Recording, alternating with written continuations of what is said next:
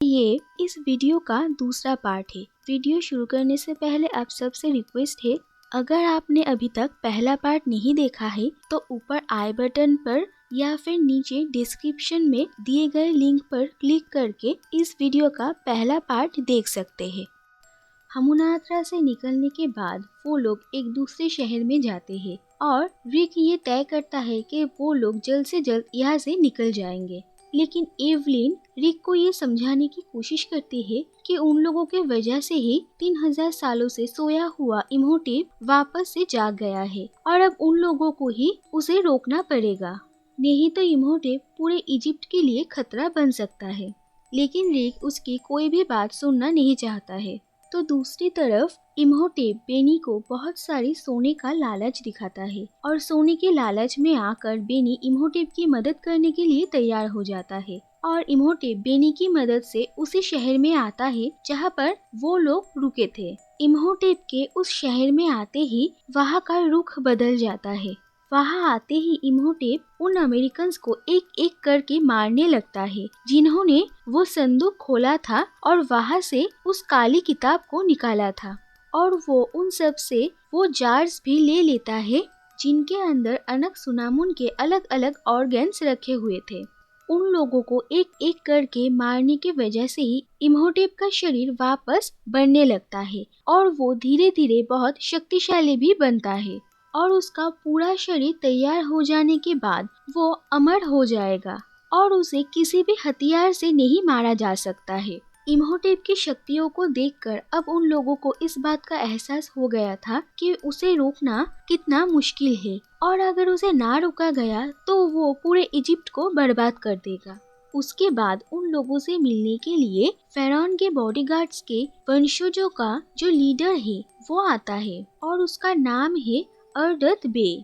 उसके बाद एवलिन उन सब से कहती है कि इम्होटेप ने जब उसे पहली बार देखा था तो उसने उसे अनक-सुनामुन कहा था। ये सुनकर बे उन सब को इम्होटेप और अनक-सुनामुन के इतिहास के बारे में बताता है और वो ये भी बताता है कि इम्होटेप अब अनक-सुनामुन को वापस से जिंदा करने की कोशिश करेगा और इसके लिए उसे एक इंसान की बलि चढ़ाना पड़ेगा और इस काम के लिए उसने एवलिन को ही चुना है। इसका मतलब अनक-सुनामुन को जिंदा करने के लिए अब इम्होटेप एवलिन की बलि चढ़ाने वाला है। उसके बाद एवलिन उन सब से ये कहती है कि अगर बुक ऑफ द डेथ की वजह से इम्होटेप वापस जाग सकता है तो उसे पूरा यकीन है तो सोने से बना हुआ अमुनरा बुक से ही इम्होटेप को मारा जा सकता है। उसके बाद एवलिन एक पुराने पत्थर पे प्राचीन मिस्र के लिपि पढ़कर ये पता लगाती है कि अमुनरा नाम की वो किताब हमुनात्रा में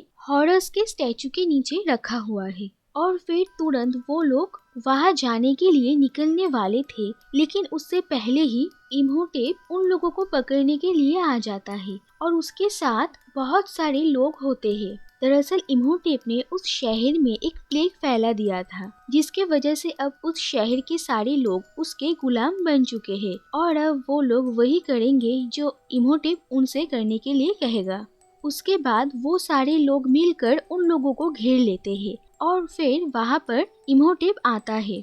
इम्होटेप एवलिन से ये कहता है कि अगर वो उसके साथ जाने के लिए राजी हो जाएगी तो वो उसके बाकी साथियों को छोड़ देगा और मजबूरन फिलहाल के लिए एवलिन उसके साथ जाने के लिए राजी हो जाती है ताकि बाकी सबको थोड़ा वक्त मिल पाए। लेकिन इम्होटेप उसका वादा नहीं निभाता और वो एवलिन को वहाँ से ले जाने से पहले उसके गुलामों को बाकी के लोगों को मार डालने का ऑर्डर देकर जाता है। लेकिन वो लोग एक मैनहोल के अंदर से किसी तरह से वहाँ से निकल जाते हैं और फिर रिक, जोनाथन और बे तीनों हमुनात्रा पहुँचते हैं और वहाँ पहुँचते ही वो लोग अमुनरा किताब को ढूंढने लगते हैं और उस किताब को ढूंढते ढूंढते वो लोग बहुत सारे खजानों तक पहुंच जाते हैं। तो दूसरी तरफ इम्होटेप जो एवलिन और बेनी को लेकर हमुनात्रा ही वापस आया था, उसे ये पता चल जाता है कि बाकी के लोग भी यहाँ पर है और वो उन लोगों को मारने के लिए कुछ ममीज को जिंदा करता है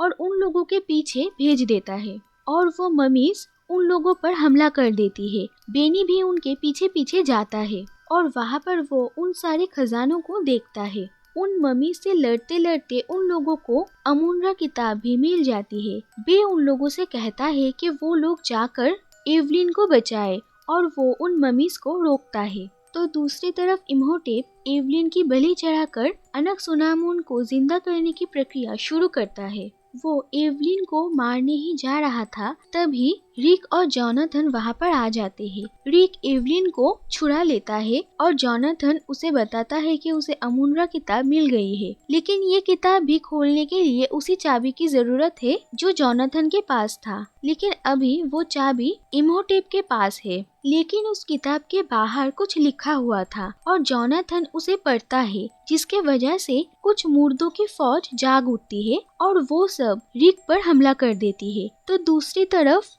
अनकसुनामुन की मम्मी तब तक जाग गई थी। वो एवलिन पर हमला कर देती है। एवलिन जोनाथन से कहती है कि वो उन सारी लाइंस को पूरा पढ़े ताकि वो फौज उसकी बात माने। और जोनाथन जब उन लाइंस को पूरा पढ़ता है तो वो मुर्दों की फौज उसकी बात मानना शुरू कर देते हैं और जोनाथन उन लोगों को ये ऑर्डर देता है कि वो सब मिलकर अनकसुनामुन को मार दे और वो फौज मिलकर अनकसुनामुन को मार देते हैं। और ये देखकर इम्होटेप गुस्से से पागल हो जाता है और वो जोनाथन पर हमला कर देता है, लेकिन तभी रिक उसका हाथ काट देता है, लेकिन इम्होटेप का हाथ वापस से आ जाता है और फिर वो रिक पर हमला कर देता है।